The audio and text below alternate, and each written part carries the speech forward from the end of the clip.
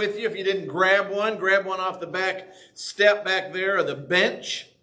And we'll get ourselves started. We're on lesson 22 tonight. Lesson 22. Looks like I've got everything working here.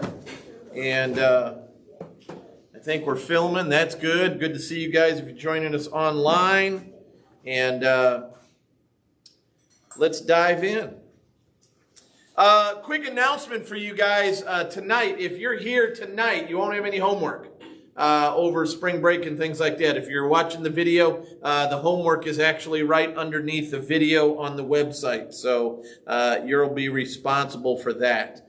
And that will be available. Well, if you're watching this video, it's actually on there by now. So let's jump into lesson 22 and find our footing here a little bit. So we've been talking about the beginning of Jesus' ministry, and we talked about Jesus' early years, where he was a child, what took place, and interacting with the wise men and Simeon and Anna in the temple. And then we had Jesus' early time with the disciples.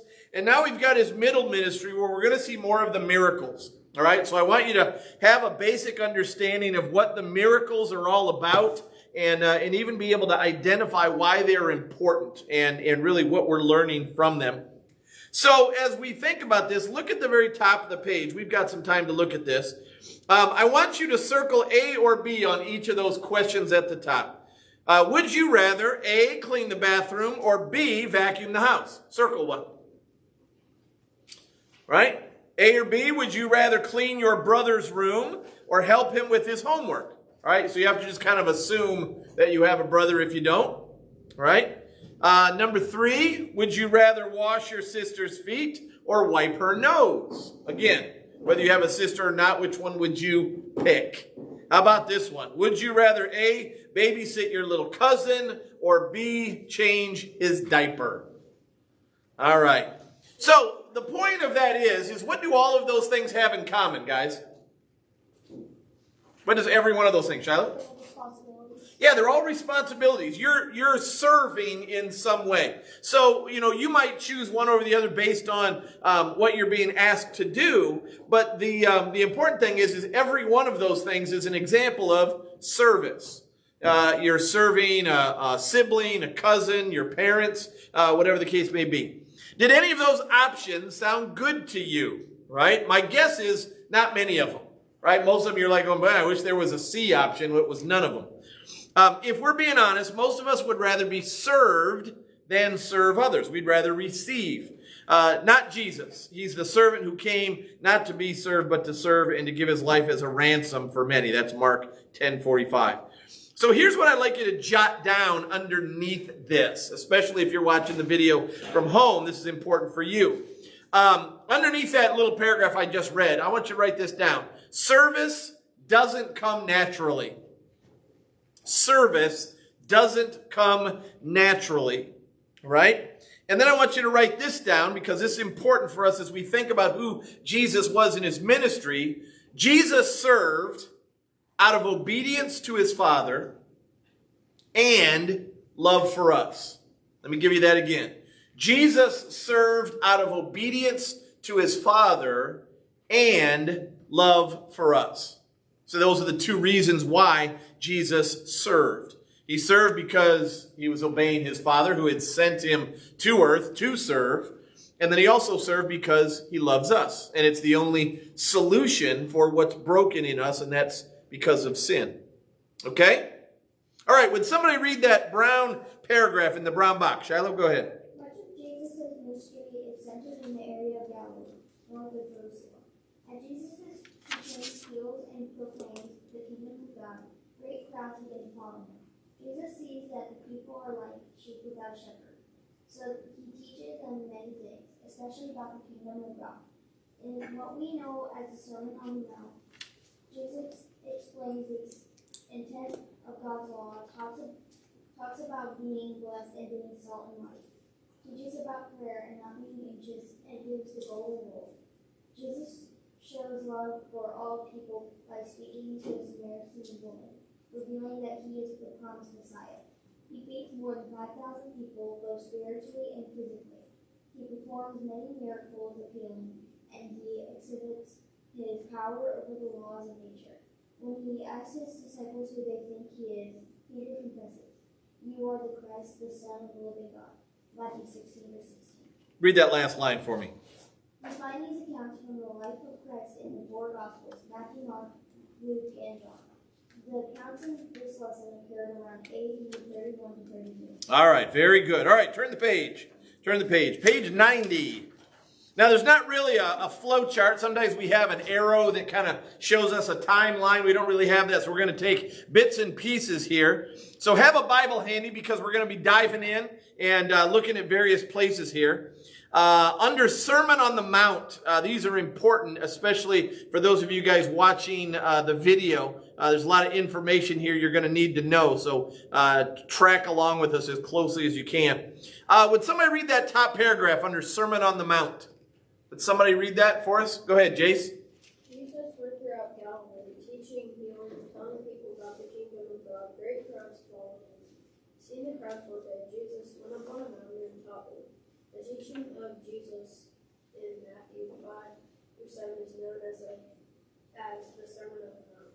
Jesus began by calling his disciples blessed, because of what God had in store for them. Then Jesus called on his disciples to go do good and to do good. All right, so what we're going to do is we're going to take a look just at a few of these. We're not going to look them all up because it's they're pretty extensive, because actually the Sermon on the Mount is 3 chapters long. You guys think I can preach long, right? Jesus preached for 3 chapters. So it's just to see some bits and pieces. So open up your Bibles, Matthew chapter 5. Matthew 5, Matthew, Mark, Luke, John. Matthew 5. And we're going to jump in at verse 13. And then I want to jot down next to that section on salt and light. That's the top one. On salt and light, kind of what it's talking about. So let me kind of work my way around. Zach, would you be willing to read 13, 14, and 15 for us? Or actually all the way through 16? You are the salt of the earth, but if salt has lost its taste, how shall its saltiness be restored? It is no longer good for anything except to be thrown out and trampled under people's feet. You are the light of the world. A city set on a hill cannot be hidden, nor do people light a lamp and put it under a basket, but on a stand, and it gives light to all the house. In the same way, let your light shine before others, so that they may see your good works and give glory to your Father who is in heaven. All right, well done. So we've got Jesus telling the people that are around him that they are blessed as his followers, and then he uses 2 comparisons. He says, you are salt and you are light. Now, does anybody know what they would have used salt for back in Jesus' time? Any ideas, Ada? Flavoring? They used it as flavoring. That's true. It's what we use it for. And Joe? I've heard it like wards off evil spirits. Words off spirits. You're in the ballpark. Yes, you're correct. What they would do is, you guys ever eaten, well, I don't know if you really eat it. There are things like, go ahead, Bodhi, an idea? Like, did they just cover all of meat with salt? Yeah. See, when they cover it with salt, that cuts down or eliminates bacteria from growing on it. See, because what did they not have back in Jesus' time that you and I have? Refrigerators, that's right. Refrigerators and freezers. So there was no way to preserve food. So if you salted it, and I mean salted it, you covered it. It was white and chalky around the outside and so forth. And that would create kind of a shield, because bacteria can't survive in salt because the skin of the cell wall of the bacteria breaks down. And so it is a very effective preservative. So I tell you that to be able to say, if Jesus says people are like the salt of the earth, what is he kind of saying to them? They're also what? What's salt do, according to Bodhi? It preserves. So how can a Christian preserve something in this world? What would it preserve? What would it protect? Their faith against the devil. Yeah, right? The idea of, by telling you the truth, by demonstrating the love of Jesus, by talking about grace and forgiveness, I protect you from the punishment that comes by way of Satan and sin and so forth. So by being salt. Now, the interesting thing Jesus says, you are the salt of the earth, but if salt loses its taste, I can tell you as a substance, right? Salt is a mineral, right? You know that it's kind of broken down in little cubes, right? You can break it down. You actually see little cubes. It doesn't really turn into a powder. It turns into granules. So it's like a rock, essentially. Pretty soft one. It dissolves in water pretty easily. But it says that if it loses its saltiness, right, how can it be restored? Here's the truth about salt. It can't lose its saltiness. There's nothing you can do to the granular salt to not make it still on your tongue taste salty. What Jesus is pointing out is if you are created as God's people to be an example, you will be an example. Okay? Now here's the upside to it, right? Holy Spirit works through you to be an example to other people. The downside to it is if you deny Christ, you're still going to be an example, but you're going to be a lousy one. Right? So it's like if you are an example for your family, right? Because you carry their last name, right? People could look at you with your last name and go, well, what do I think of that family? If you're the representative, it's probably going to be a positive thing or it might be a negative thing. If you're outside so Jace, I see you're wearing a baseball uniform, right? If you're out and you're up to bat and you strike out, I'm sure it never happens, but let's just say hypothetically speaking, okay? All right? Let's say, for instance, you strike out, and so you slam the bat down, you kick dirt, you throw your hat, and things like that. And everybody kind of goes, Kirshner, what do I know about him?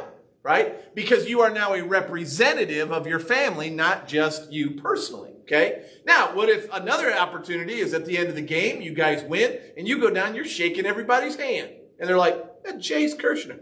That guy's a good sport. Right? So either way, right, he says that if you are salt of the earth, you are going to be an example to the people around you. And so Jesus says, you are salt. And in fact, if you lose your saltiness, if you cease to be an example of Christ and his love and his grace, he said it'd be better for you to be trampled like salt that's just useless. Absolutely useless. They actually thought salt was so precious, as Bodie is pointing out, as a preservative, that they would actually give it away or not give it away, but exchange it almost as money. Here's a bag of salt. That's worth a lot, right? Not like gold or anything, but it was worth something because of what it would do, okay? He also says you're like light. The whole purpose of light is to make the darkness light, okay? Have you guys ever heard of Mammoth Cave in Kentucky? In Kentucky, there's a cave. Mammoth means big. I think it's one of the largest, if not the largest cave in the United States. Anyhow, it's in Kentucky, which isn't terribly far away, a couple states away. I remember going there once, probably about your guys' age with my family. And we go into this one room, and it's about the size of a football field, one of the caves inside. And I don't know how tall it was inside, maybe about 50, 60 feet. Kind of imagine how high the sanctuary is upstairs. And a football field length. And as wide as a football field. And we go in there, and the guy goes, I'm going to show you how dark it gets in here. And he shut off all the lights. Because you have these little lights along the path and stuff like that. And it was black, right? You're taking your hand, and you're waving it in front of your face. You're like, I can't see a thing. Can't see the people in front of me, anything at all. And then the guy in the very front of the line, he must have been, 20, 30 feet in front of me. And he lit a wood match, a little wooden match from the box, lit it. And then suddenly, it was amazing. That one little match light gave you enough light to be able to see, the silhouettes of the people standing in front of you. You could kind of see your fingers again. Now, I couldn't read by it, but the point is that light dispels darkness. That's its job. Darkness doesn't do the other way around. Okay? I can't make this room more dark. All I can do is add light or take away light. You guys follow me? Okay? Even though I might describe it as dark, what I'm really describing is how much light is here. Okay, so in the middle of the night, you're like, man, it's really dark out here. That's just because there's no light. Because there's not a source of dark, right? I don't have light bulbs and dark bulbs, right? You just have light that's either on or off or great or small or whatever. Okay, so next to that, in your workbook, next to that Matthew 5, 13, 16, salt and light, this is really what he's talking about, being witnesses write this down next to it, being witnesses in word and deed. So jot that down next to that salt and light. Being witnesses in word and deed. Okay? Now, let's jump to Matthew 6. Matthew 6, second chapter of the Sermon on the Mount. And we'll go to verse 5. All right? Bodie, would you read that section for us, 5 through 14? You mind tackling all that? Yes. Should start with, and when you pray. Verse 5 of chapter 6. Oh. Yep. And when you pray, you must not be like the hypocrites, for they love to stand and pray in the synagogues and at the street corners, that they may be seen by others. Truly I say to you, they have received their reward. But when you pray, go into your room and shut the door, and pray to your Father who is in secret. And your Father who sees in secret will reward you.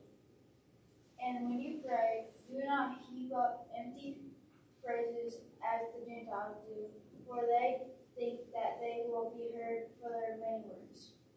Do not be like them, for your Father knows what you need before you ask him. Pray like this: Our Father, who art in heaven, hallowed be thy name. Your kingdom come, your will be done, on earth as it is in heaven. Give us this day our daily bread, and forgive us our debts, as we have forgiven our debtors. And lead us not into temptation, but deliver us from evil. For if you give us others their trespasses, your heavenly Father will also forgive you. Mm-hmm. Very good. Perfect. So what we have is that he's teaching people. He's given them a model. What prayer did you pray in there? What did you guys recognize? The Lord's Prayer. Right? So jot that down next to it. It's the model of the Lord's Prayer. Okay? One of the things I want you to notice about the Lord's Prayer, this is good for us, especially in a CrossOver class. I want you to look at the Lord's Prayer in there. It's at the tail end of verse 9, all the way first through verse 13. Now, it's not all there, right? There's those last phrases in the Lord's Prayer, for thine is the kingdom and the power and the glory.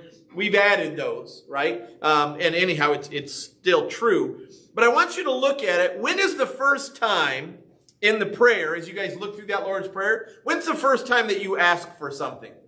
When you start it from the very beginning, when's the first time you ask for something? Shiloh?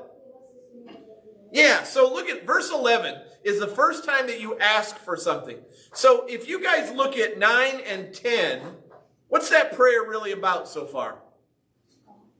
It's just about God, right? Look what it says. Our Father who art in heaven. We say it the way. Our Father in heaven, hallowed, holy be your name. Your kingdom come, your will be done on earth as it is in heaven. Okay? So you're really, in the beginning of the prayer, you're recognizing, that's what you say, that you're recognizing who I'm talking to. I'm not like, hey, God, give me something to eat. Okay? That'd be a little flippant, right? Not necessarily recognizing who you're entering into his presence. And so the beginning of the prayer really has a lot to do with humility and identifying God instead of just going right to what you want. Okay? A great model for prayer, and I still practice this today, just in my own prayers, is in my prayers are made up of 3 parts, right? First part, I talk about God, right? What I know about God. God, thank you for this day. Thank you for your power, your love, your mercy, whatever I know about God. I talk to him first about that. Second thing is, I talk to him about other people, right? Please help so-and-so. Thank you for so-and-so, but I'm thinking about other people. Third one, about me. Forgive me my sins. Help me do this, and so forth. And then the reason that 3-part, God, others, and me, helps you is it tends to cut down sometimes, guys, of parts of prayer that just kind of turns into a great big laundry list that we want God to do. Dear Lord, help, do, ask. Now, I can tell you guys, those aren't bad prayers. But we should mature in our prayers to be able to go, are you praying for other people? Right? Are you thanking God for being God? Or is it just, dear God, here's what I want? Right? That's why the Lord's Prayer is such a great guide for us, because it goes through and says, hey, listen, start off right in the very beginning going, hey, God, you're holy. Your name is holy. Right? And I want through this prayer? I want your kingdom to come. I want more people to know about you. But this is me asking you. Okay? And that's kind of the key of it. Let's look at one more. We're in chapter 6. So this is a good one. Let's go down to verse 25. Verse 25 to 34. Leah, would you mind tackling that, 25 through 34? Therefore I tell you, do not be anxious about your life. What will you eat, or what will you drink, nor your body, what you will put on? Is not life more than food, and the body more than clothing? Look at the birds of the air. They neither sow nor reap nor gather into barns, and yet your heavenly Father feeds them. Are you not of more value than them? And which of you, by being anxious, can add a single hour to his span of life? And why are you anxious about clothing? Consider the lilies of the field, how they grow. They neither toil nor spin. Yet I tell you, even Solomon in his glory was not arrayed like one of these. But if God so clothes the grass of the field, which is today alive and tomorrow is thrown into the oven, will he not much more clothe you, O you of little faith? Therefore do not be anxious, saying, what shall we eat, or what shall we drink, or what shall we wear? For the Gentiles seek after all these things, and you, Heavenly Father, knows that you need them all. But first seek the kingdom of God and his righteousness, and all these things will be added to you. Therefore do not be anxious about tomorrow, for tomorrow will be anxious for itself. Sufficient for the day is its own trouble. Well done. Well done. So over and over again, how many times did we hear about it? Do not be anxious, right? Anxious has to do with being fearful. It means unsteady. It means to be shaken by the circumstances of our world. It's really easy for us to think that way, right? For the last year, we've been dealing with a pandemic. Some people have been really anxious about that. What if I get it? What if somebody I love gets it? What if somebody passes away because of it? What if I can't ever go back and go to school and play sports or join this club or be part of this? There could be anxiousness with this. And so here's one of those places Jesus just says, don't be anxious. And then he gives you evidence of why not to be anxious. I don't know if your parents have ever used this line on you. I'm a dad, and I've used this line when my kids ask something. They're like, why is this the case? Why can't we do this? And a lot of times I pull the dad line and go, because I said so. Because I said so isn't really based on a lot of facts. It's just kind of, I don't want to explain it, so I just said so. Okay? Jesus says, don't be anxious. And if we go, well, why shouldn't I? Because I said so. That's not how he does, right? Instead, what he says, look at the birds in nature. Look around in nature. Do the birds look anxious? Or do they seem to have food? Do they seem to have shelter? Does it seem like they are taken care of? Yeah. And you worry about clothes. Maybe I'm not going to be warm enough. Maybe I'm not going to be cool enough when it's hot. Maybe I'm not going to have it. And Jesus says, no, you'll be okay. Don't be anxious. In fact, look at the flowers, right? He tells you, look at the evidence. So part of why he created creation, guys, for you and I, is for evidence of his character. One of the things you find when you look around you, and I know I say creation is like out there, you're part of creation, right? But as you look at creation, you will find there is evidence of God's love, right? One of the things I do, I marvel at this. You can't do it tonight because it's going to be all cloudy. But if you looked up in the sky at night and saw all the stars, okay, when you see millions of stars, that should tell you something about God, right? What if God only made 2 stars? Okay, you look up in the sky and look, there's those 2 stars that God created. Now, that might be impressive. 2 little lights in the sky, okay? Instead, he makes millions. That tells you something about God. That creation tells you that. When you look at your fingerprint, right, and you know that everybody's fingerprints are different, okay, we know that because we've taken fingerprints of people and you can't find duplicates. If you recognize that everybody's fingerprint is different than everyone else's, that should tell you something about God. that God is diverse. God loves variety. Okay? The fact that you will never, ever come across somebody who is your exact twin. Even if you have a twin, they're not an exact twin. Right? There are differences even among identical twins. And because of that, that tells us something about God. So next to that, do not be anxious. I want you to write this phrase. Seek God first. Seek God first. Right? Seek God first. That's what that tells us. See, if we're anxious, it probably means we're not trusting God. And when you seek God, then you tend to go, I'll trust that God's got this. He's got it under control. Okay, so there's the Sermon on the Mount. We could go even further down into chapter 7, where it talks about, how we should think about judging others and the golden rule and so forth. Does anybody know the golden rule?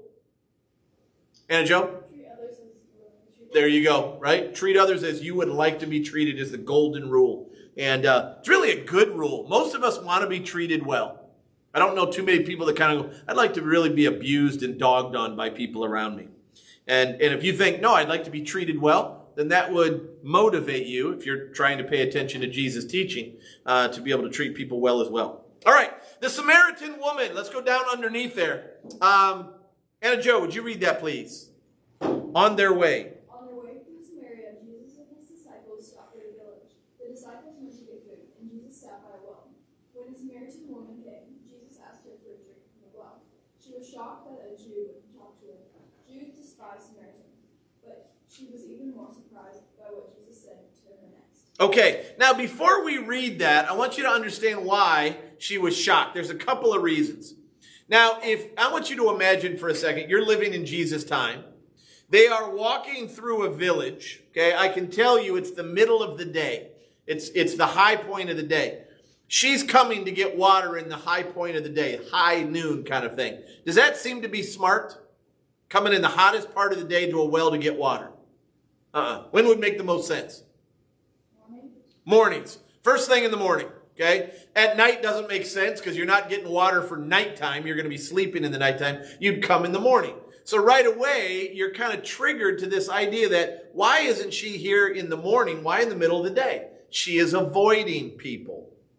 Right? And she's avoiding people because she's living a sinful lifestyle. You're going to see it in just a second. Right? So she comes in the middle of the day, and that's when Jesus talks to her. Now, the Jews didn't much care for the Samaritans. Would you guys go back to page 86 real quick? There's a map on page 86. I want to reference this for you. Okay, back on page 86. Do you guys find the word Judea? You should have circled it last week. It's way at the bottom. You guys find Judea? All right. And then if you go north, just next to the little compass symbol, you see Samaria. Everybody got it? Okay. So the Samaritans live in Samaria, and the Jews down in Judea, Jerusalem, Bethlehem area, and so forth. So the Jews don't much like the Samaritans. And here's why. You guys look at that little blue square on your page, back on page 90. Go back to page 90. Who were the Samaritans? When Assyria, you should remember this, conquered the northern kingdom of Israel in the 8th century, they took most of the people as captives. The Israelites who remained in the land intermarried with people from other countries. These people came to be known as Samaritans. Their Bible contained only the first 5 books, right? That's written by Moses, the Torah. And they built their own temple instead of worshiping in Jerusalem. So the Jews regarded them as unclean and despised them so much they traveled around instead of through Samaria. So they didn't like them that much. They just avoided them. So can you guys think of a parable that Jesus told about someone from Samaria? Ada?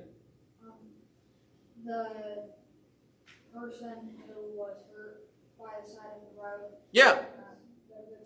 The Good Samaritan, right? Now, the reason that story is so unsettling for the people that are hearing it from Jesus, because they don't want the Samaritan to be the good guy, right? Now, if I, and this isn't really fair to say this, but if we in our culture today had a group of people that we just all thought were bad people.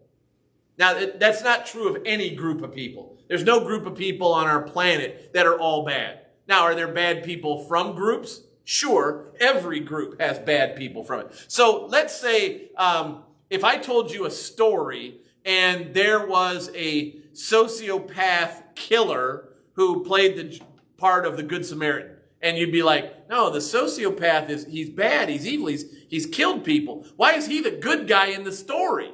Right? And you'd resist that. And it's because the Jews did not like the Samaritans. But they didn't like them for bad reasons. Right? You guys remember way back when we first started talking about the Promised Land? And we talked about when the Hebrews went into the Promised Land, God gave them this command. Right? Go in there and do what to all the people throughout Canaan? Kill them. Drive them out. Get rid of them. Okay? And they didn't, and as a result, they started to intermarry and follow their gods and become pagans. And then God, obviously, one of the punishments was to bring Assyria down, grab the northern kingdom, and go off with them. But some people obviously stayed, didn't get captured, and they lived in Samaria, and they're kind of like, well, most of our people are gone. Hey, there's some people, I'll go live with them, get married, have kids, intermingled, and so forth, different gods, and so forth. And so as a result, the Jews hated them. Now, Jesus doesn't hate anybody because he's loving and so forth. But there is this story in John chapter 4. So move in your Bibles to John 4. And let's see what's going on with this woman at the well.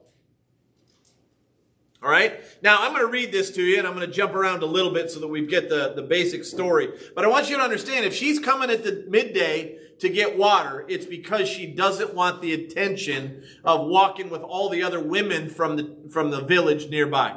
So when Jesus learned the Pharisees had heard that Jesus was making and baptizing more disciples than John, although Jesus himself did not baptize, but only his disciples, he left Judea and departed again for Galilee. Remember, Galilee is way, way north. So when you go from Judea to Galilee, you're going to have to walk through Samaria. What they would usually do is go way around it, because they want to avoid the people they didn't like. And he had to pass through Samaria. So he came to a town of Samaria called Sychar, near the field that Jacob had given to his son Joseph. Right? So there's Joseph with the colorful coat way back in the day. Jacob's well was there. So Jesus, wearied as he was from his journey, was sitting beside the well. It was about the 6th hour. This is why we know it's about 2 or 3 o'clock in the afternoon. It's hot. A woman from Samaria came to draw water. Jesus said to her, "Give me a drink." Now, I want you to know this is actually a kindness. He's not bossing her around. He's not being rude. He's just asking her. Well, she came with, a water jar and kind of like, please give me a drink. Jesus isn't carrying a water jar on his way to Galilee. For his disciples had gone away into the city to buy food. The Samaritan woman said to him, "How is it that you, a Jew, ask for a drink from me, a woman from Samaria?"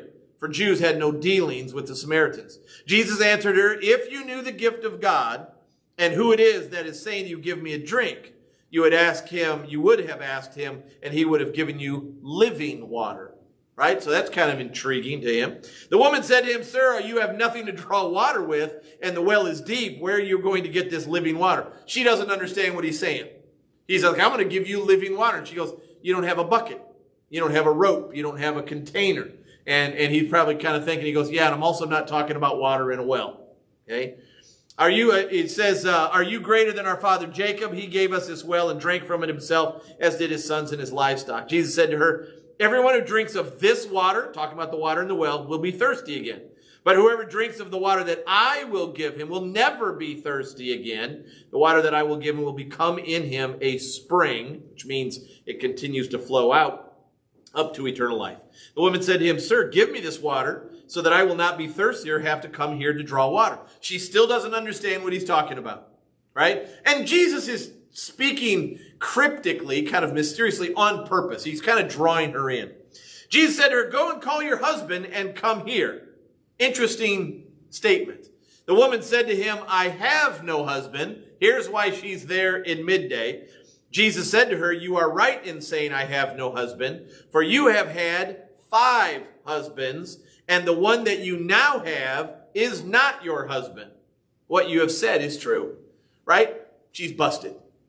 Okay? She's been married and divorced 5 times, and the guy that she's with right now, she's not married to. So she's not someone that the other women in the village would look up to or even want to associate with. All right? But look who's talking to her. Jesus is. The woman said to him, Sir, I perceive that you are a prophet. Our fathers worshipped on this mountain, but you say that in Jerusalem is the place where people ought to worship. She's separating how she's a Samaritan and he's a Jew. Jesus said to her, Woman, believe me, the hour is coming when neither on this mountain nor in Jerusalem will you worship the Father. You worship what you do not know, and we worship what we know, for salvation is from the Jews. Now, he's not being egotistical here. Where does salvation come from? What's the answer in confirmation? Jesus. And he's sitting right there, and he's a Jew. So when he says salvation comes from the Jews, he's saying, it's me. He's not saying, I'm a Jew and I'm better than you as a Samaritan. He's like, listen, salvation comes from the Jews. I'm it. Right? And that's where it comes from. So what is this living water on your workbook? What is the living water in verse 10? What do you think it is? Living water that will in him like a spring of water welling up to eternal life. What gives you eternal life, Shiloh? God, our forgiveness. Yes, you're on the ballpark. I was going to say eternal life. Yeah, you're still in the ballpark. These things come from what I'm looking for. Ada? The Holy Spirit. Which gives us what? What does the Holy Spirit give us? Faith. That's what I'm looking for. Living water is faith.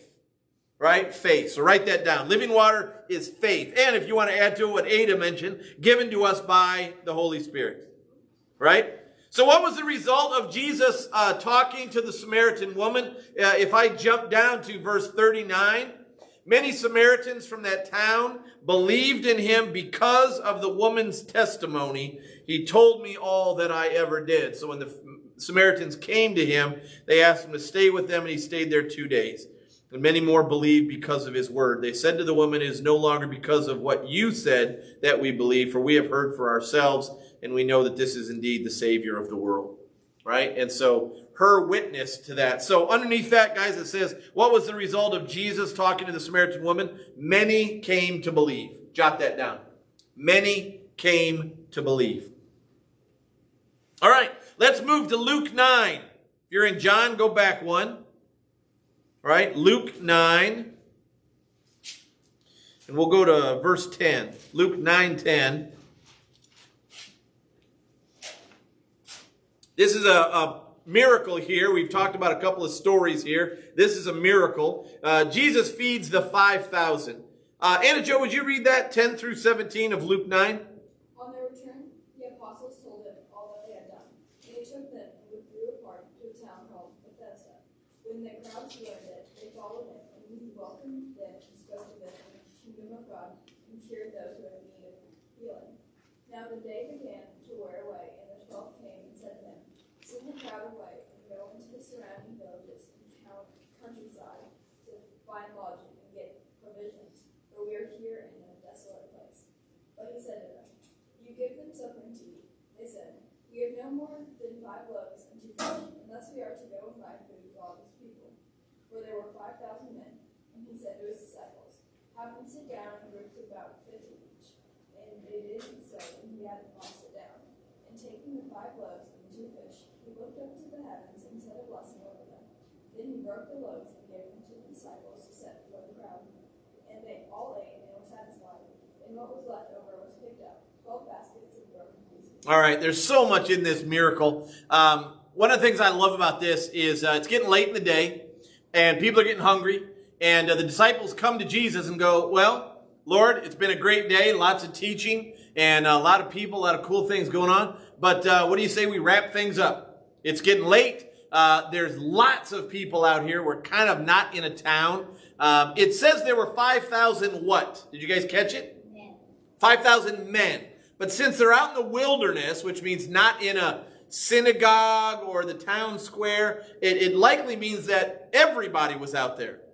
So 5,000 men, 5,000 women, a bunch of kids. So it's probably 15 to 20,000 people around him. Now, I think feeding 5,000 people is impressive. 20,000 people, still impressive.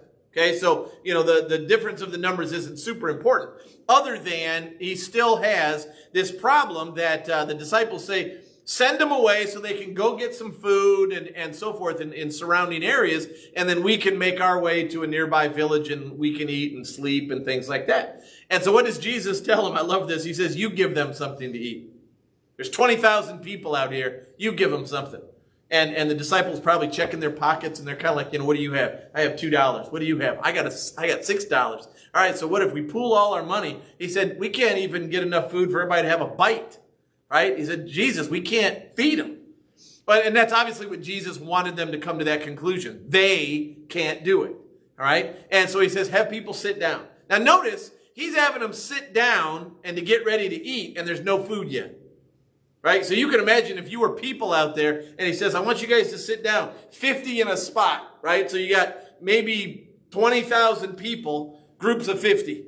Right? All these little pods of people. Right? So that'd be like double your classrooms, give or take, right? Depending on how big your classroom is. And Jesus sits down and he gets 5 loaves, 2 fish, and blesses them and puts them in baskets, starts handing it around. And each of the disciples starts passing around food, and it does not run out. I don't know what that looks like. I don't know if you're passing a basket and they grab it out and it's still there. Now it says that not only did people eat, but what did it say specifically about their eating? They were full, right? So you get that, what it means. I don't know if you guys eat like this at Thanksgiving. This is my time when I eat at Thanksgiving. I eat till I'm full, right? Because it's just, there's so much food, and I love having this and this and this because it's a special meal. Maybe I ought to not eat so much. But there are times where you're just kind of like going, oh, I'm full. No more. That's how every single person, every kid, every woman, every man was. They were full. They were satisfied. And then at the end, Jesus, being a good steward, right, being good and conservative, he goes through, he says, I want you guys to pick up the extras. And it's interesting, out of 20,000 people and all of the excess that they had, fish and loaves, they picked up how many baskets? 12. Why? 12 disciples. I think, even though it doesn't say, I think every disciple had evidence in front of them. Right? A basket full of broken loaves and half-eaten fish, and just kind of go, we started out with just 5 loaves and 2 fish, and look at all of us have a basket of leftovers. Right? Now you can do the math. Right? You can say, I started with like less than a basket. 5 loaves, couple of fish. That's all I had. And now 12 of us have all these leftovers, and it's just overwhelming. And everybody, including us, are full. Right? So, underneath that, it says, what did Jesus teach the disciples through this miracle? I think one of the key things is Jesus is God, right? That Jesus is God, and he is capable of the impossible. Jot that down. Jesus is God, and he is capable of the impossible. Okay? Charlie, do you have another thought? I was going to say, to do everything through the power of God. There you go. Yeah, right along those same lines. One of the things I'm kind of convinced of, guys, if you remember, really it was week 2 where we started talking about Genesis in here. And Genesis is creation and so forth. You understand that God created, I'm going to use a Latin phrase. I don't know if I taught it to you back then, but it was ex nihilo. You guys remember that? Ex nihilo, it means from nothing, right? Ex means from, right? And nihilo is Latin for nothingness. And so God created from nothing, okay, which means he doesn't have a God's chemistry set where he takes all these ingredients and adds them together and makes stars and makes ground and water and animals and plants, right? What he did is he literally spoke those things into being, and they just existed. So not to get too deep into science here, but you and I can't make matter. You guys understand that? Matter is made up of atoms and molecules and things like that. All we can do is rearrange them, right? So if I said, if you go home tonight and say, I'm going to make brownies, well, then you have to take the ingredients of brownies and combine them and do a certain thing to them, cook them, and then you have brownies. You can't just take a tray, right, and stick it on the counter and go, I'm going to make brownies, and then let it sit there and don't add anything to it. You won't have brownies. Right? It takes ingredients. But God, he created ex nihilo. Now, the reason I share that with you guys is because I believe this miracle is ex nihilo. And here's why, right? As God had 5 loaves of bread and 2 fish, and then suddenly there were enough to feed 20,000 people. What I don't believe is that God, Jesus, transported fish and loaves from other places around the world to there. I don't think he did that. No need to do that, right? Instead, what he did is those 2 fish suddenly were thousands of fish. Those loaves, thousands of loaves. But where do they come from? I believe that God created matter once again. He did it for creation, so there's no reason to think he couldn't do it also for this miracle. All right, page 91. Page 91, we've got 15 minutes. Let's get to this. Miracles of Jesus, very top there, top right, it says miracles of Jesus. There's a good definition, by the way, of a miracle. A miracle is an extraordinary event that can't be explained in human terms, and a miracle shows God at work. You may want to underline that. What is a miracle? It's an extraordinary event, an extraordinary event, to kind of break it down, that can't be explained in human terms. And a miracle shows God at work. I often talk about miracles are God flexing his God muscles. You and I can't do miracles. Not without God's help, at least, right? So it says about 35 miracles. Jot down, write that, underline that. About 35 miracles are recorded in the 4 Gospels. There's some examples there of why Jesus performed miracles. One, they showed that he's the Son of God, the promised Messiah. Another reason, to show his authority and power over heaven and earth. Can anybody think of a miracle where God showed his power over heaven and earth? Give me an example, Shiloh. I think it was with the Babylonians where they had that, who was the real God, the fire. I'm not sure. Oh, the fire, that would have been Elijah. So God would have allowed Elijah to do a miracle, right? Fire from heaven and so forth. But think of one that Jesus did. Well, but Jesus is, you're going to talk about feeding the 5,000? Taking Elijah from earth to heaven. Oh, yeah, that's a miracle. Sure. Yeah, I think that's, because nature says that you're going to die, right? So taking Elijah to heaven directly by the fiery chariot, that's unique. Yeah, that's a miracle. Ada? Calming storms and walking on water. Calming the storms, walking on water, rising from the dead, multiplying bread and fish. Every one of those is breaking the rules. Okay? Even though Peter, we're going to talk about it in just a second, with Jesus walking on the water. Peter walked on water because of Jesus, not because of Peter. Right? It's not like you and I can walk on water unless, God allows it in some way. Third reason, they show his compassion and caring for people's needs. Raising Lazarus, I think, is caring for people's needs. His sisters were alone, Mary and Martha. And back in Jesus' time, they probably couldn't make a living on their own. A lot of times women didn't work outside the home. And the men did. And so if a man was gone, then it often meant that sometimes the women would be suffering in society and so forth. So maybe that was compassionate for them as well. There's the Roman centurion whose servant is raised back or healed and raised. And so forth. Fourth reason, they show he came to fulfill Old Testament prophecies. And I shared that, I think, last week, that Jesus fulfilled somewhere around 300 Old Testament prophecies that he was the Messiah. That's a lot of prophecies about one event. So let me ask this question. Underneath that section, it says, does God still perform miracles today? What do you guys think?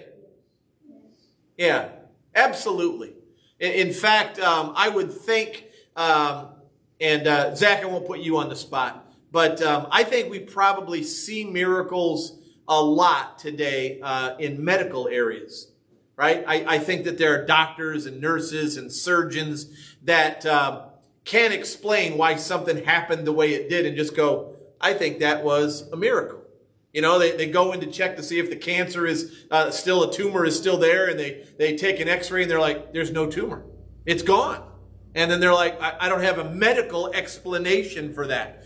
I've had people that have been in car accidents. Then afterwards you look at the car and you're like, you shouldn't be alive after this. And yet they come out without a scratch. And you're like, that's probably a pretty cool miracle, right? And again, to think that God doesn't do miracles doesn't fit with who God's character is. God says, I am God, I do not change. Which means if there are miracles back in biblical times, Old Testament times even, why wouldn't there still be miracles today? God still can act that way. Now, he does care for us a lot of ways in normal, natural ways, right? When you pray in the Lord's Prayer, Bodhi read just a minute ago, Lord, give us this day our daily bread. Right? He says, so provide for me with regular food. He doesn't provide for us manna. If you guys remember from the Old Testament, that kind of bread substance that would kind of rain from heaven at night. You'd wake up in the morning and it's all over the place. He doesn't provide food like that. He says, nope, I provide skills. I provide plants. I provide animals, all for your food. But sometimes he uses miracles. So underneath that, write this down. Most times, God cares for us through natural means. But he still can perform miracles, right? Most times he cares for us through natural means, but God can still perform miracles. All right, next one. Jesus walks on the water. Jesus' disciples were in a boat in the middle of the night, and the wind was blowing hard against them. Suddenly they saw something, though they thought it was a ghost, but it was Jesus walking on the water toward them. He said to them, "Take heart, it is I, don't be afraid." And then in faith, this is important, in faith, Peter said, "Lord, if it is you, command me to come to you on the water." And Jesus said, "Come." All right, Matthew 14. Go there, please, in your gospel. Matthew 14, verse 22. And Ada, would you read that section, 22 through 33? Matthew 14.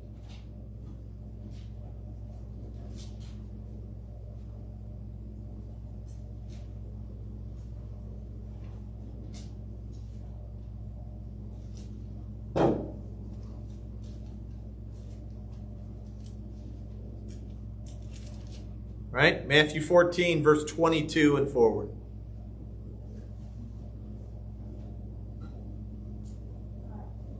Immediately he made the disciples get into the boat and go before him to the other side while he dismissed the crowds.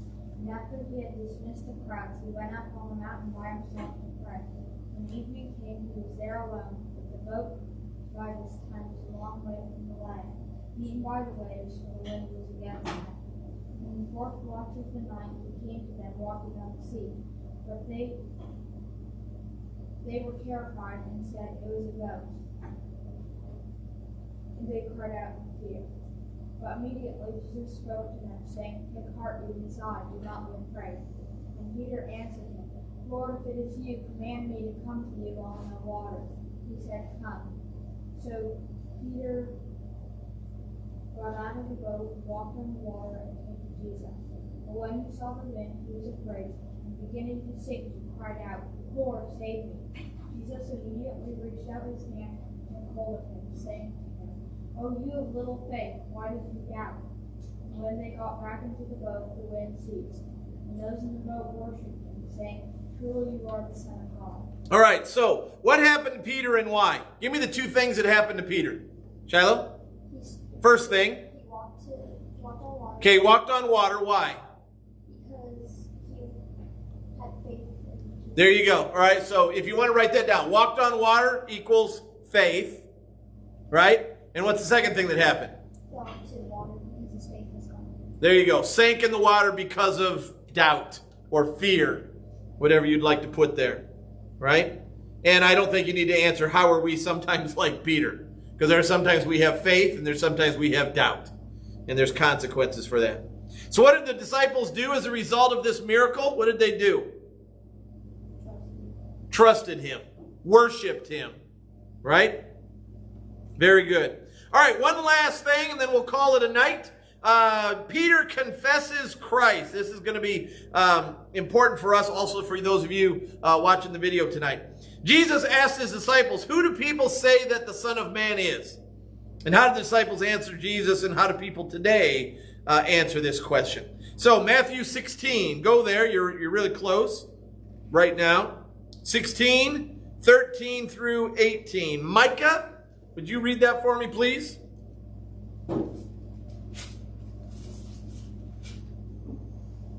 Now when Jesus came to the district of Caesarea Philippi. Caesarea Philippi, he asked his disciples, "Who do people say that the Son of Man is?" They said, some say John the Baptist, others say Elijah, and others Jeremiah or one of the prophets. He said to them, but who do you say that I am?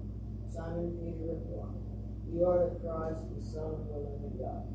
And Jesus answered him, blessed are you, Simon Bar-Jonah, for flesh and blood has not revealed this to you, but my Father who is in heaven. And I tell you, you are Peter, and on the rock I will build my church. The gates of hell shall not prevail against it. All right, there's important things here. So in the very beginning, thank you, Micah, it says, who did the disciples answer Jesus? Who do people say that Jesus was? Or some of the ideas? John the Baptist. John the Baptist, jot that down. Who else? Elijah, Jeremiah, one of the prophets. Jot those down. So a lot of people just thought, well, this is another great prophet of God. John the Baptist, Elijah, Jeremiah, or one of the prophets. Who do people today think Jesus is, perhaps? Other than you and I. What do you think other people think about Jesus? What do you think they say about Jesus? You think they all believe that he's the Son of God? Jace? He hasn't come yet. Okay, so they're still waiting for him. Okay, jot that down, still waiting. And a joke? That he's what? He's a fake. Okay, yep. Some people believe he's a fake. Some people believe that he's just a good teacher. Right? Just a great teacher. Maybe a moral leader. Right? A lot of people think those things. So what did Peter confess? Peter confessed, jot this down. You are the Christ, Son of the living God. Jot that down. You are the Christ, the Son of the living God. Right? You are the Christ, the Son of the living God. And what was Jesus' reply? He says, I'm going to build the church on this confession. Jot that down. I'm going to build the church on this confession. As Micah said, he said, and the gates of hell won't overpower this. Now, I want to give you a little tidbit, and for those of you watching the video, this is important for you for your assignment. The Catholic Church believes that this section of Scripture is where the first Pope comes from. Okay, you guys know that the Catholic Church is kind of run by the Pope, right? And there's different popes throughout history. One pope kind of passes on to the next pope and so forth. The Catholics believe that Peter, here in this section, is the first pope. Here's why, all right? Where it says, Peter replied, you are the Christ, the Son of the living God. Jesus answered him, blessed are you, Simon, Peter, right? For flesh and blood has not revealed this to you, but my Father in heaven. And this is what Jesus says. And I tell you, you are Peter, and on this rock I will build my church. See, now what the Catholics see that verse as is upon this rock, he says, they say, is Peter. And I will build my church. So he's the first pope. Okay? That's not what Jesus is referring to. He's referring to Peter's confession. When Peter says, you are the Christ, Son of the living God, and Jesus goes, you're right. And on that confession, I'm going to build my church. Now, the reason we know this is after this, Peter isn't treated any differently. He isn't elevated by everybody else and say, now whatever Peter says is true. In fact, Peter makes a lot of really big mistakes after this. Denies knowing Jesus 3 times, right? Puts his foot in his mouth quite a few times. So it doesn't make sense that he's necessarily the Pope. However, this is where the Catholic idea of a Pope comes from. That very section of Scripture. Nowhere else, right? That's where it comes from. All right, guys. That's all we're going to do for today. Just a reminder, you're on spring break next week. There's no class next week for you guys. No class at all next week. So Monday you're off. You're off on break. Even if you're not on spring break, next week, Monday, we're going to do the same lesson. So you obviously don't need to be here. Everybody clear on that? No class next Monday for you guys. All right. Have a great week. I forgot to email this to you, so. You certainly did.